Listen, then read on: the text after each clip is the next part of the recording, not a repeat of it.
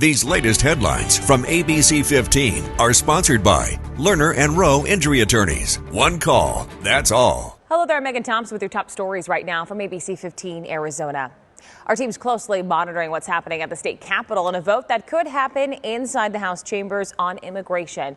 The state Senate passing the proposed ballot measure HCR 2060, which would make crossing Mexico's border into Arizona a state crime. This would also allow state and local law enforcement to make arrests with probable cause and would also not apply retroactively to people who already crossed the border and are in Arizona. Things got heated on the floor as insults were hurled between members of the state Senate. And we clearly heard an example of a consequence on this floor of racial profiling. And I would like an apology. No. I didn't call anybody in the gallery criminals. I don't know what they look like. And to suggest that it's racial profiling or that I called somebody a criminal when I didn't is, in my opinion, the type of divisiveness which I suspect you are talking against. Now, if it passes both sides of the legislature, passes Governor Katie Hobbs and heads straight for the ballot, that will be for voters to decide then in November.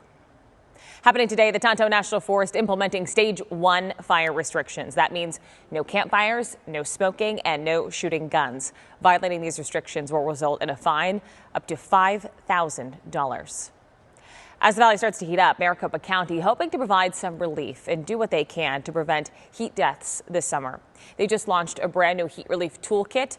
The graphics serve as a visual aid and life-saving resource whenever you find yourself in danger during the extreme heat. As a reminder, you can call 211 to find free cooling centers, water, utility assistance, and more. We also have all the resources you need right now on ABC15.com. Central Arizona Shelter Services is committed to helping homeless seniors across the valley. The Senior Haven opens this fall and will provide 177 seniors temporary housing. Our Javier Soto shows how your donations could help with that project in creating a state-of-the-art telehealth suite to bring seniors better access to health care.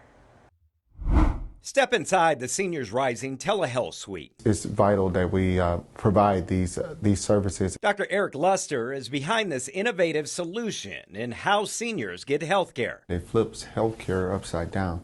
It's resident-centric. Seniors are greeted by a medical assistant who takes their vitals and gets them connected to remote physicians. It takes away the need to drive to a doctor's office or navigate technology, common barriers for aging adults. We deploy a remote capability that allows for our residents to not only get that chronic care management, but remote patient monitoring, those vital psychiatry or behavioral health appointments. Now Cass is working to bring these telehealth suites to the Senior Haven, a new shelter for adults 55 and older. We can provide those vital medical services to help them get back on their feet. I think that influence with the senior living community and them being homeless is going to just be revolutionary. The Senior Haven opens this fall, and these life-changing telehealth suites will give the 170 residents immediate access to health care they might not otherwise get. Just imagine like those homeless seniors that don't even get anything, and then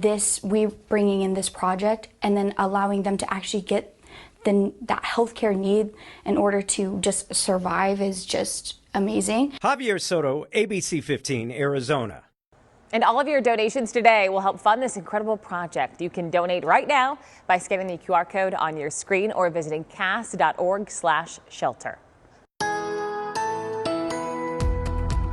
Time now for that most accurate forecast. I'm meteorologist Iris Hermosillo. Temperatures are warming just as quickly as they did yesterday. And today we're going to see a repeat of yesterday's high temperature with Phoenix topping out at 97 degrees. We'll get back into the 90s rather by lunchtime, and then we'll spend the entire afternoon and early evening in the 90s too, with that high peaking at about 3 to 4 o'clock up to 97 degrees. Look for sunny skies, some very light breezes this afternoon, more breezes in northern Arizona. Highs in the 70s to 80s across that northern half of our state, with mid to upper 90s from the valley to the west and to the south. So we will not see any triple digits just yet. Again, those breezes will pick up slightly here in the valley today and get a little stronger too up in northern Arizona. But then those winds pick up even more so tomorrow and into Saturday as we track a storm system that's going to be moving in. That storm will drop temperatures from the upper 90s the next couple of days into the low 90s by Saturday. A drop in temperatures up north too. But then high pressure builds in right behind it, and we're heating things up with highs in the hundreds by early next week.